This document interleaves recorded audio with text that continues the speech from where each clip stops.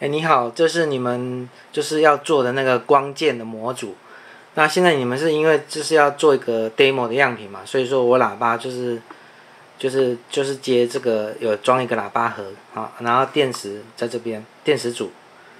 那这边是两个按键一个开关。哎，那个实际的电源是从这边开的啦，这里电池这边有个电源切到 on。好，那这个开关呢，就是它，按下去的时候，它就会有一个电源开启的音效，就是按下，它是一个有段开关，两段式的。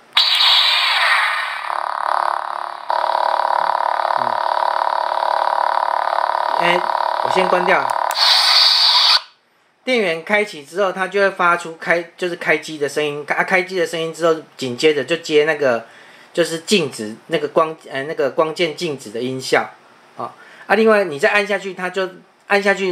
事实上它意思就是说要关掉电源有一个关机的声音其实这个我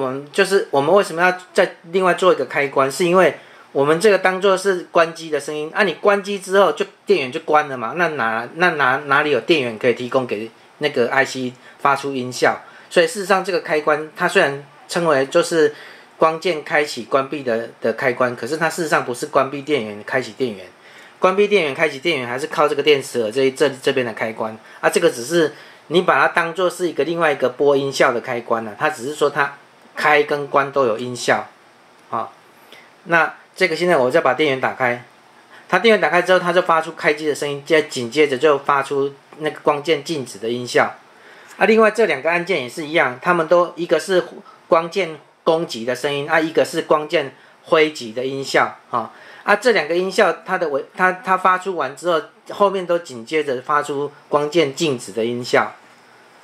现在开机光键开机完之后，这个就是光键静止的音效那个就是这个时候呢，你这个按这两个按键任何一个，这是光键挥击的声音挥击完之后马上就接着光键那个静止的音效这个是光键攻击的声音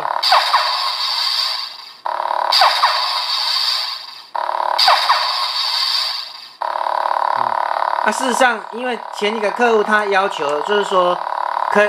以同时发出光键挥击跟攻击的声音，所以说当你把这两个按键同时按的话，它就会同时发出光键攻击跟挥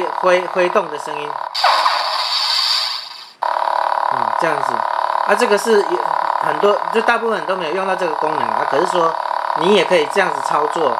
那大概就这样子。那今天就帮你记录去。再关掉，好 ，OK， 这个是真正的电源开关是在这边，这个是我们用的音效 IC， 声音就烧入到这里面去。那因为我怕你们把线扯掉，所以说我都是用热熔胶把线固定住，这样才不会拉扯断掉。因为现在没有外壳包这个 IC， 所以有热熔胶固定比较安全一点。好 ，OK。